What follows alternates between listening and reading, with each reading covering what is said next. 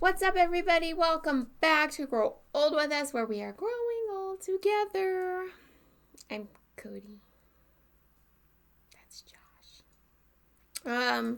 Today we're doing a anime review. This will be the first one of its kind here at this channel. We are going to do a review on Demon Slayer. Demon Slayer.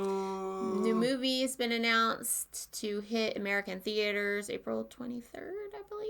And we're going to do a reaction to that trailer. Yay. Are we doing it on this video? No. We're not doing it on this video. So, find it in the description below. So, where are we starting it? We will start where you should always start when you want to review something and rate it. Ooh. We're going to start with how you rate it. And what are we rating it on? We are rating it on a scale from 1 to 10. But what are we rating it based on? How good it is as an anime. Seeing how we watch animes here in America. Animes here in America. Anime in Japan. So,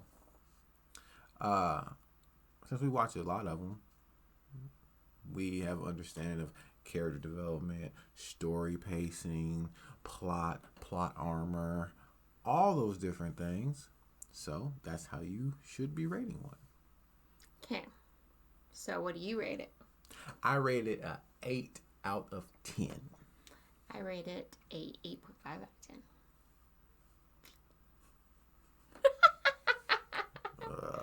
Now, I want to know why you gave it an 8 instead of a 10.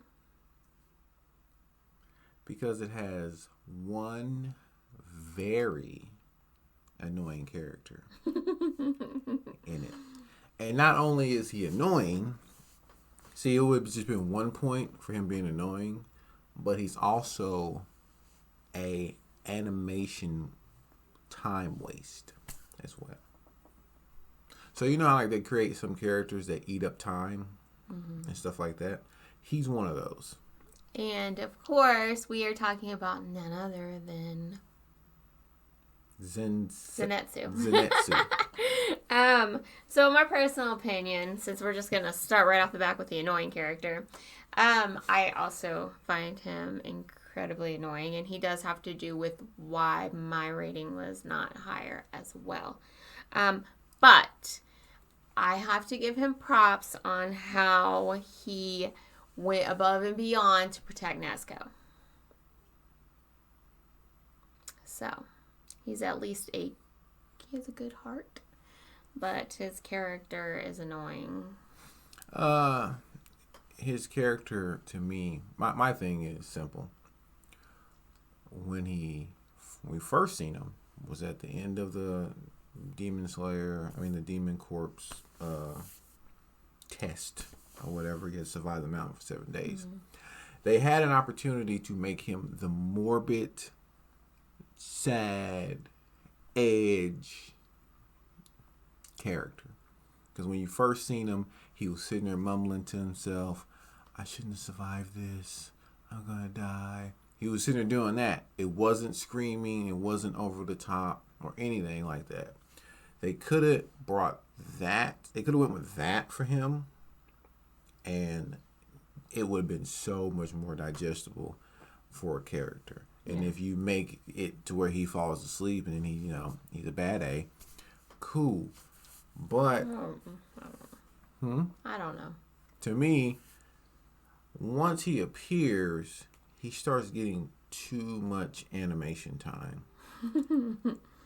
And I mean, like, we get a majority of the fights with Tanjiro, which is fine. But when during the travels and things like that, he's there too much. If you're going to create a character like that's over the top like that and that's annoying, he should not have. It's because you have in Sosuke, who's also there, who's also over the top but far more useful as a character. So you have two over the top characters. A lot of yelling. with a lot of yelling.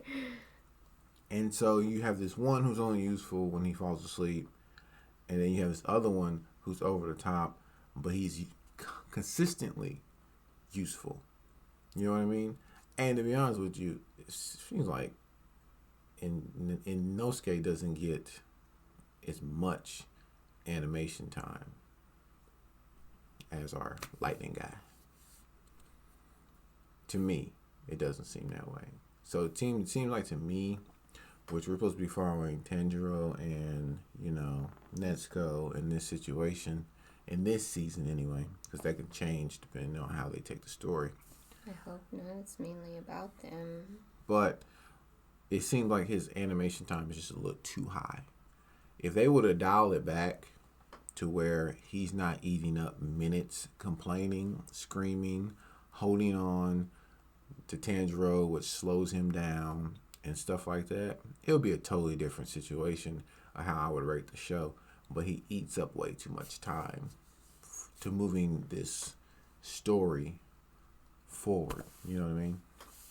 So that's why it's 2 points down for me, because he's annoying and he's on screen way too much for being an annoying character, since now we have 2 over-the-top characters. So no points for holding on to the box and getting kicked. You got points for me. That's why you got 8.5. From Inosuke. No. So,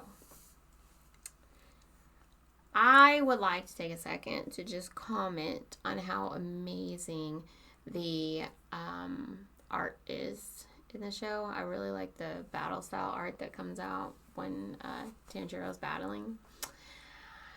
That's one of my favorite things about it, I think. So we're on the cons now, the pros. Sorry, we're on the pros. We're on the pros now. So, art, amazing.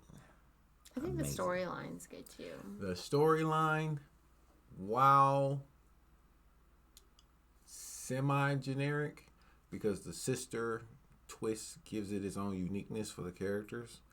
But, slaying demons, whatever, when it's like 5,000 anime do that. You know what I mean? So that's semi-generic, but what they're focusing on is this dynamic of the brother, the sister, the brother wanting to cure the sister of being a demon, the sister not taking, human flesh. And protecting her brother. So and fighting other demons. There, right. So to me, it's like it was really, really, that twist breaks it away from all the other generic let's kill demons anime that's out there. You know what I mean? So, but to me personally, the thing that gives this most of the points that it has, because good animation is good, good battle scenes also are good, your story pacing has to also be very good, and this show knows how to story pace almost perfectly. I'm talking about almost perfectly. I like how it kind of goes to your little flashbacks while it's in the middle of something else, so it doesn't spend too much time on it, but you still get some information. It's not like a whole episode of a flashback. They know how to handle their flashback moments. They know how to handle their development of the character. Like with him training to cut that rock, and being trained by basically the spirits of the kids that died before, like that was genius. I was thinking, oh, random guy who knows how to cut the rock shows up, you know what I'm saying? And he's gonna teach him how to cut the rock, and whatever. But then you find out he never cut that boulder. You know what I mean? And that size of a boulder, he never cut that size of a boulder. And he was already dead. And I was like, that was genius. Because now them characters is gone. We will never see them characters again. It did bring about a climax in his fight with the all the armed demons and Oh yeah, no, of course. True. I like that's what I'm saying. Like they know how to mix. So while he's fighting him, he's telling him, "I've killed so many of his subordinates," and then it pans over to them talking on the rock about and then you find out, oh, so they're actually dead. Like they're actually subordinates that didn't make it or whatever. Genius. And they continue to do that all the way through. Like, what was that? Episode 4 or 5? When he actually meets the top guy in the city? I don't remember which episode.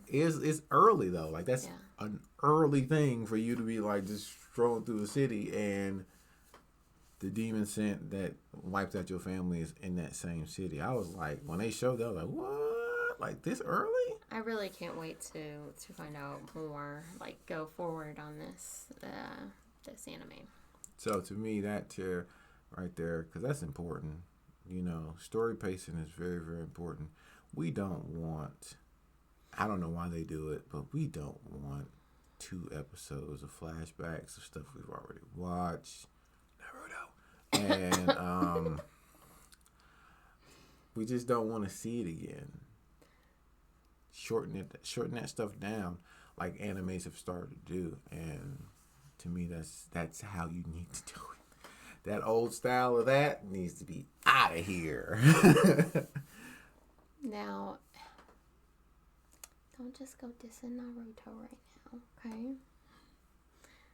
I didn't diss good anime. I didn't diss it. I just showed the overwearing problem with the show. Everyone's having a flashback that lasts at the same time, and everyone's having the same one. Okay, we're not talking about Naruto. Move on. Okay. Hey. Like, bro, like we watched Naruto. We're in Shippuden.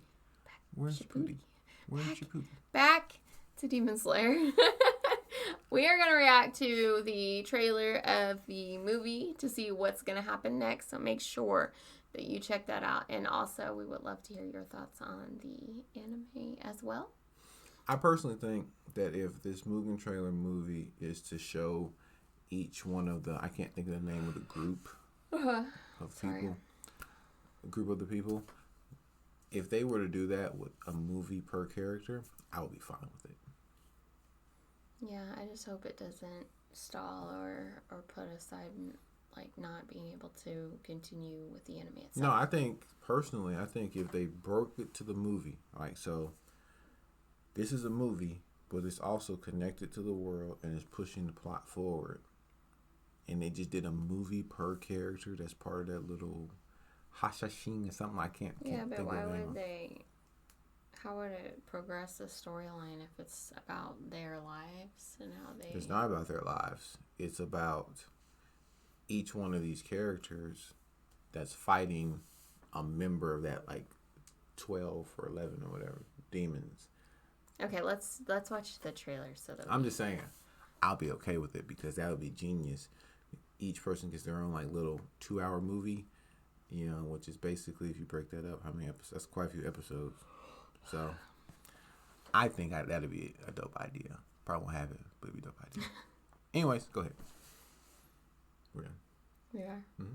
All right, guys. Well, let us know your thoughts of Demon Slayer in the comments below. 8 out of 10. 8.5 out of 10. You're a hater. You're the one that gave it the lower score. No, you're just trying to find something. Because the other day you were like, it's a 9. It's a 9. I gave it's a him. 9. It's a 9. And now it's 8.5 because you realize that I'm actually more correct than your 9. But you're just trying to, Don't listen. You know what? Excuse there you. We're ending the thingy now. Thank you for checking out our video. Leave a comment. And until next time, we are out. 8.2.